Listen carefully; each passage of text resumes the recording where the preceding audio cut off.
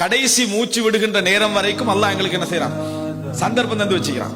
போராடி தோல்வி அடைந்தாலும் கடைசி செகண்ட் வரைக்கும் எங்களுக்கு என்ன சந்தர்ப்பம். அந்த நிமிடம் நம்ம தௌபா செய்து திருந்தி நல்ல வாழ்க்கை வாழ்ந்தாலும் அல்லாஹ் என்ன செய்வான், எங்களுக்கு கூலி தருவான். ஆனா ஷைத்தான் என்ன செய்ய பார்ப்பான்னா, அந்த விஷயத்தை நம்மளுக்கு கட்டுப்படுத்த பார்ப்பான்.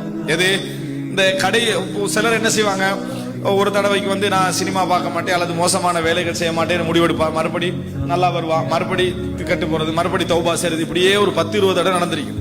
அப்ப சிலர் கேள்வியா கூட கேட்பாங்க, நான் எப்ப தௌபா செஞ்சாலும் அடுத்த செகண்ட் என்ன செஞ்சிடறேன், அந்த பாவத்தை செஞ்சிடறேன்.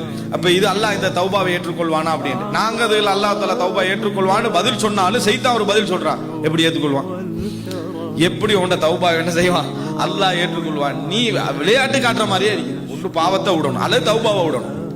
ஒன்றில் பாவத்தை விடணும் அல்லது தௌபா விடணும். எதை விடுவான், தௌபா விட்டுருவான். அல்லாஹ்வை மதிக்கணுமே, அல்லாஹ்வை மதிக்கிறதுக்காண்டி தௌபாவை விட்டுருவான், பாவத்தை விட மாட்டான். அவனுக்கு விளங்காது. என்றைக்கு முழுசா திருந்துறாரோ அப்பதான் தௌபா கேட்கணும்னு முடிவெடுப்பான். அதுக்கப்புறம் அவர் திருந்தவே மாட்டார். எனவே எப்போ முடிவெடுத்துக் கொள்ள வேண்டும், நம்ம போராடி கொண்டே இருக்க வேண்டும். நம்ம அதுக்குத்தான் வாழ்க்கை, அதுக்குத்தான் வாழ்க்கை. போராடி இறுதி சந்தர்ப்பம் வரும் வரைக்கும் போராடி கொண்டே இருக்க வேண்டும். அல்லாஹ் தஆலா உங்கள் போராட்டத்துக்கு ஒரு தடவை கபூல் செய்வான்.